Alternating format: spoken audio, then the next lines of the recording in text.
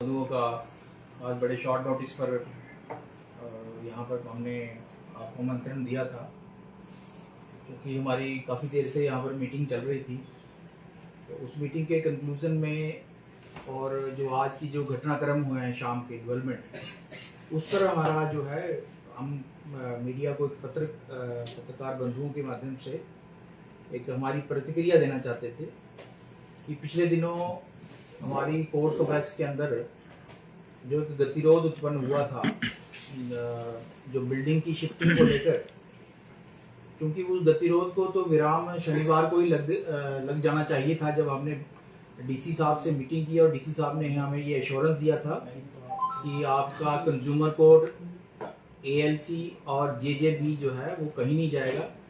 हाँ, child welfare committee की उन्होंने बात जरूर कही थी, लेकिन उन्होंने कोई खास तौर से उनको कोई लेटर आई है या उन्होंने कोई ठोस निर्णय लिया हो, निर्णय की बात नहीं थी। लेकिन जब हमारी बातों को उन्होंने सुना कि जेजेबी में कैसे वकीलों की प्रेजेंस नेसेसरी होती है, वहाँ पर कैसे लीगल एड दी जाती है, तो जेजेबी जो है वो हमारे कोर्ट प्रीमाइसेस के आस बगल में रहना चाहिए। क्योंकि हमने पहले, आपको पता है, ऐसे 2-3 साल पहले ये कालीबड़ी में चलता था, तो कालीबड़ी में से बड़ी मुश्किल से हमने डिमांड करके ये कोर्ट प्रीमाइसेस के साथ लाया। तो इस तरह की जब बातें चल रही थी तो हमने प्रेस कॉन्फ्रेंस के माध्यम से बाद में भी क्लैरिफाई भी की, जब एक र्यूमर हमारी कोर्ट में फैल रही थी, तो एक ताजा घटनाक्रम के अनुसार वही एक ग्रुप जो है, ग्रुप ऑफ लॉयर जो है, वो मिसलीड करके लोगों को एक यहाँ पर एक नोटिफिकेशन फ्लोट कर रहा है, जिसमें अलग अलग एडवोकेट्स के नाम ले रहा है, और शायद उन एडवोकेट्स को पता भी नहीं है कि क्या हो रहा है, और सब ये सोच रहे हैं कि ये शायद बिल्डिंग शिफ्टिंग की बात है। और अब उनका शाम को उनका जो असली रूप जो है, उनकी मंशा जो है, या उनका जो षड्यंत्र जो है वो सामने आया है, हमारे सामने आया है। वो ये षड्यंत्र है कि वो लोग जो हैं बार एसोसिएशन को, एग्जिस्टिंग बार एसोसिएशन को डिसरप्ट करना चाहते हैं, हमारी पूरी एग्जीक्यूटिव कमेटी को डिस्टर्ब करना चाहते हैं, जो बार इतनी देर से यहाँ पर फंक्शन कर रही है। क्योंकि हमारा एक डिस्प्यूट था, मैंने उस दिन भी बात की थी, वो एक डिस्प्यूट हमारा जो है वो बार काउंसिल ऑफ इंडिया के पास है, और हमारी स्टेट बार काउंसिल सब जुडिस, जिसको हाई कोर्ट की पावर्स हैं, उसके पास सब जुडिस है मैटर वो वाला। और जब तक वो हाई कोर्ट के पास सब जुडिस है, तब तक जो है वो कोई भी रद्दोबदल नहीं किया जा सकता कमेटी के अंदर। खासतौर से इलेक्शन की बात कहूं जहां तक, क्योंकि वहां 50-60 वकीलों का जो नाम है वो इन्वॉल्व है उसमें, उनके वोटिंग राइट पर प्रश्न चिन्ह है कि उनका वोटिंग राइट रहेगा कि नहीं रहेगा, और कितने लोग हैं उसके बीच में इन्वॉल्व हैं, अननेसेसरी इन्वॉल्व किए हुए हैं।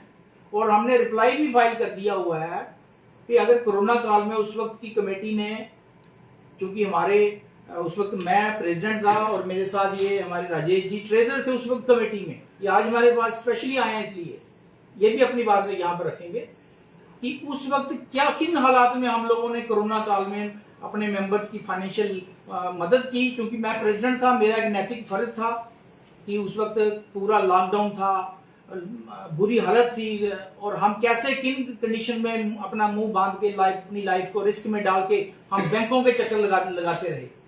तो हमने कौन सा अपराध किया ये वाला। और जब इन लोगों ने हमें जब दूसरा इलेक्शन होता है हमारा, तो उस इलेक्शन के बाद इन्होंने क्या किया, जब इनका कैंडिडेट हार गया, तो लकीली मैं भी उस सेकंड टाइम भी मैं ही खड़ा हुआ था उस वक्त। तो मैं जब जीत गया, तो मेरे जीतने के बाद मेरी कमेटी जो थी, हमारा ग्रुप जो था, वहां पर विनर साबित हुआ। और इन्होंने क्या किया कि 2-4 दिन बाद हमारी जो एक झूठी कंप्लेंट जो बनाई हुई थी, वो उन्होंने अलग अलग अथॉरिटीज के पास फॉरवर्ड कर दी, जिसको किसी भी अथॉरिटी ने महासवाई सुप्रीम कोर्ट तक भेज दी इन लोगों ने।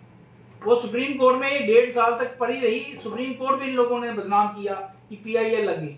और जब उन्होंने देखने के बाद इसको उन्होंने हाई कोर्ट में ट्रांसफर कर दिया। अब हाई कोर्ट में मामला जो लंबित है, अब इस सारे सिनेरियो में हमारा जो जनरल हाउस की मीटिंग, लास्ट जनरल हाउस की, for the welfare of the bar, for the welfare of members. हालांकि मुझे निजी तौर पर, मैं आज आपको बताऊं, मुझे कोई पद का लालच नहीं है, मुझे कुर्सी का लालच नहीं है, लेकिन मैं ये चाहता हूं कि उस वक्त की जो हमारी कंप्लेंट है वो जनरल हाउस की कंसेंट के मुताबिक जो है वो विड्रॉ होनी चाहिए। क्योंकि वो लोग जो थे, यही ग्रुप जो पहले जेजेबी के नाम पर यहाँ पर र्यूमर फैला रहा था, यहाँ डीसी साहब को बीच में इन्वॉल्व करके अननेसेसरी जो है ट्रबल क्रिएट किया कर रहे थे। सोमवार से लेकर अभी तक उन्होंने कोर्ट का काम भी डिस्टर्ब किया हुआ है अननेसेसरी। तो कहने का मतलब ये है कि वही ग्रुप जो है, ये चीजें जब तक सॉर्ट आउट नहीं होती तो वो हम फ्रेश इलेक्शन जो है बार एसोसिएशन का कंडक्ट नहीं किया जा सकता। और चूंकि बार एसोसिएशन का प्रेसिडेंट मैं हूं, वर्तमान सिटिंग प्रेसिडेंट मैं हूं, ये अथॉरिटी मेरे पास है, ये अथॉरिटी मेरे पास है कि मैं इलेक्शन नोटिफिकेशन निकालूं और उसके बाद जो है यहाँ पर इलेक्शन कंडक्ट कराऊं। लेकिन जब तक मुझे जनरल हाउस का मैंडेट नहीं मिलता इस बात पर, और वो सब जुडिस मैटर है, अब उस अकाउंट को हम हाथ नहीं लगा सकते। इतनी देर से हमने उसको छेड़ा नहीं है। हमारे कई मेंबरों को प्रॉब्लम आई है, कई मेंबर जो है वो उनको कोई गंभीर बीमारी से ग्रस्त है, किसी के फाइनेंशियल प्रॉब्लम आई है, लेकिन हम उस अकाउंट को अभी तक हिला नहीं पाए हैं। क्यों? क्योंकि वो मैटर सब जुडिस में था। तो सारी चीजों को मद्देनजर रखते हुए हम ये कहते हैं कि ये जो आज की जो इलेक्शन नोटिफिकेशन आई है, हम इसका पूरे जोर से खंडन करते हैं, निंदा करते हैं। और हम सभी को, क्या बार मेंबर्स को ये बताना चाहते हैं, सबको बताना चाहते हैं, क्योंकि इन्होंने पब्लिक डोमेन में ये चीजें लाई हैं। अब कहां गया जेजेबी इनका? अब कहां गई इनकी लेबर कोड? अब कहां गई वो कंज्यूमर कोड इनकी? वो मुद्दे भटक गए। उन मुद्दों की जरूरत नहीं है। अब एक नया मुद्दा आप बिना बात के, बिना सोचे समझे 10 लोगों से प्रेशर करके जूनियर से साइन कराए और आपने वो फ्लोट कर दी नोटिफिकेशन। और कई मेंबरों का तो नाम उनको पता भी नहीं है भाई हमारा नाम बीच में लिखा हुआ है। सर क्या नोटिफिकेशन थी, क्या उसमें बताया गया था? वो कह रहे हैं, एक ग्रुप कह रहा है कि हम जबरदस्ती जो है ये इलेक्शन करवा देंगे 5 पोस्टों के ऊपर, जबकि हमारा कॉन्स्टिट्यूशन कहता है कि सिर्फ प्रेसिडेंट का इलेक्शन होता है। 5 पोस्टों पर हमारी कोई रिवायत नहीं है, यहाँ पर कभी नहीं हुआ 5 पोस्टों पर इलेक्शन। अगर पहले इलेक्शन हुए तो वो इंडिविजुअल कैंडिडेट के हुए। 2018 में यहाँ कीर्ति भूषण महाजन प्रेसिडेंट बने थे, तब मैं 1 वोट से रह गया था और तीसरे कैंडिडेट को 22 वोट पड़े थे। उसके बाद 2019 में जब इलेक्शन होता है तो उसमें मैं 48 वोट की लीड से जीता था पहली बार। और दूसरी बार अलग इलेक्शन 2021 में हुआ, क्योंकि बीच में कोरोना आ गया था। 2021 में जब इलेक्शन होता है तब मैं सक्सेसिव सेकंड टाइम जो है 13 वोट की लीड से प्रेसिडेंट बनता हूं। तो कहने का मतलब ये है कि अच्छा, फिर एक और बात जो यहाँ पर बताना जरूरी है पत्रकार बंधुओं को और अपने मेंबर्स को भी मैं रिमाइंड कराना चाहता हूं कि इन्होंने एक तो कंप्लेन की हमारी, और उसके बाद इन्होंने क्या किया, यहां पर एक कठुआ एडवोकेट एसोसिएशन नाम की एक कमेटी बनाई, एसोसिएशन गठित कर ली और हमारे मेंबरों से, काफी मेंबरों से रिजाइन ले लिया और उनको ये बात बोली कि आप जो है इस एसोसिएशन के आज के बाद मेंबर हो। और उन्होंने एक कमेटी भी फ्रेम की उस सिलसिला में। वो जो कमेटी थी, ये मैं प्रेस के माध्यम से ये कमेटी की लिस्ट दिखाना चाहता हूं। ये उस वक्त कमेटी की लिस्ट थी जिसमें मैं पढ़ के बोलता हूं, जिसमें कठुआ एडवोकेट एसोसिएशन का निर्माण किया जाता है।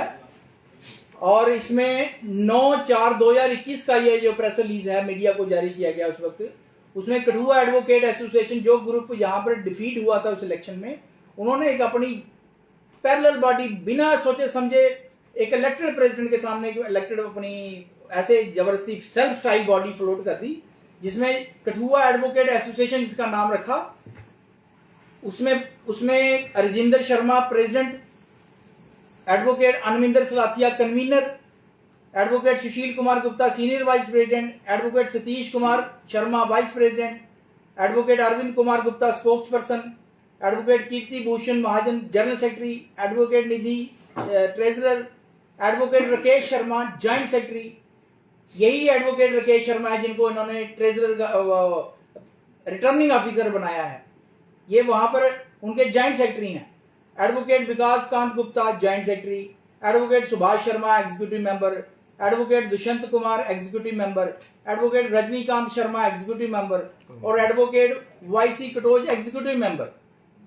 ये वही वाईसी कटोच है जो परसों प्रोटेस्ट कर रहे थे र्यूमर के बेस के ऊपर। ये कठुआ एडवोकेट एसोसिएशन के एग्जीक्यूटिव मेंबर हैं। मुझे बताएं, इन्होंने कठुआ एडवोकेट एग्जीक्यूटिव एसोसिएशन से कब रिजाइन किया? कब ये बार एसोसिएशन की इन्होंने मेंबरशिप ली? कब ये बार एसोसिएशन का नाम यूज करके जो है प्रोटेस्ट करते हैं? ये बताएं ना, एक्सप्लेन करें जरा। आप क्या समझते हो कि पूरी दुनिया मूर्ख है? आप क्या समझते हो कि जो नए लोग यहाँ पर कोर्ट प्रोमाइसिस में आ रहे हैं, बेचारे गरीब घरों के लड़के यहाँ पर प्रैक्टिस करने आते हैं, लड़के लड़कियां अपना भविष्य बनाने आते हैं, जुडिशरी में जाना चाहते हैं, प्रोसिक्यूशन में जाना चाहते हैं, आप उनको मूर्ख बना रहे हो? आप यहाँ, आपको ये पता ही नहीं है कि क्या क्या यहाँ पर चल रहा है? और उस 50-60 लोगों के खिलाफ जो कंप्लेंट की थी और बाद में ये लोग मेरे पर आक्षेप करते थे, मेरे पर ये प्रश्न चिन्ह लगाते थे इंडिविजुअल के ऊपर। जहां शत्रु को बड़ा शौक था मदद करने का, तो अपनी जेब से करनी थी। और उस वक्त कंप्लेंट जो थी हमारी ये पुट अप नहीं हुई थी, हमें कोई हाई कोर्ट से या कोई सुप्रीम कोर्ट से नोटिस नहीं आया था। उस वक्त मैंने अपने ट्रेजर को बुला के सारी चीजें देख के और मैंने अपनी अंतरात्मा की आवाज सुनी और मैंने किसी से उधार लेके जैसे भी करके कहीं से भीख मांग के मैंने वो 2.5 लाख रुपए इकट्ठा किया और उससे ज्यादा डोनेशन मैंने बार एसोसिएशन को डोनेट कर दिया एडवोकेट वेलफेयर के लिए। मुझे पता है इन लोगों ने कितने पैसे डोनेट किए, इन लोगों ने कोरोना काल में कितने लोगों की मदद की। ये लोग अपने आप को आज यहां पर सुप्रीम लीडर समझते हैं, बार का मोनोपोली समझते हैं कि इनके खानदानी रूल चलेगा, यहां पर परिवारवाद चलेगा। ये परिवारवाद नहीं चलने देंगे हम इस कोर्ट के अंदर। ये हर व्यक्ति का राइट है, चाहे वो उसके अगर दादे परदादे वकील नहीं है तो क्या वो प्रैक्टिस नहीं करे, उसकी कोई वैल्यू नहीं है।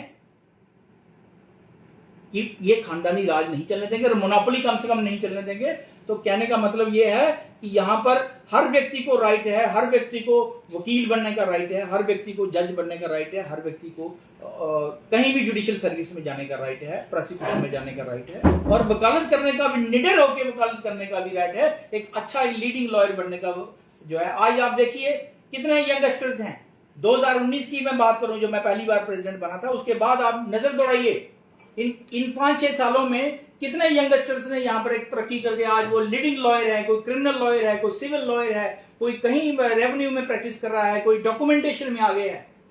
तो कहने का मतलब है कि युवाओं का जो है वो तरक्की इस दौर में हुई है, टेन्योर में हुई है। और मुझे कुर्सी का लालच नहीं है, मुझे आज भी कुर्सी का रत्ती भर लालच नहीं। मैं तो चिमटे भी से छूना पसंद नहीं करता इस चेयर को, पावर को। मुझे नहीं पावर चाहिए, मुझे सिर्फ शौक था कोर्ट की डेवलपमेंट करने का, कोर्ट में नई बिल्डिंग बने, सुविधाएं हों, मेंबर्स को अच्छे चैम्बर्स अलाट हों, सभी को अलाट हों, क्योंकि आने वाली जनरेशन के बारे में भी हमने सोचना है। उन लोगों का भविष्य भी इस बात से जुड़ा हुआ है। आप लोगों को गुमराह नहीं कर सकते ज्यादा देर मेंबर्स को। आप कितनी देर झूठे साइन करके, उनसे जबरदस्ती साइन करके, हाथ से पकड़ के साइन करके कराओगे? ये चीजें चलने वाली नहीं है। हमारी बार एसोसिएशन जो है ये वर्क कर रही है, एग्जिस्ट कर रही है। मैंने रिजाइन अभी नहीं दिया हुआ और ना ही मैंने as a chief returning officer किसी को यहाँ पर इलेक्शन नोटिफिकेशन निकाली है। ये इलेक्शन नोटिफिकेशन गैर कानूनी है, अलोकतांत्रिक है, इसको कड़े शब्दों में हम निंदा करते हैं। ये इलेक्शन नोटिफिकेशन से परेशान होने की जरूरत नहीं है, ये जाली है और ये नल एंड वॉइड है, अनडेमोक्रेटिक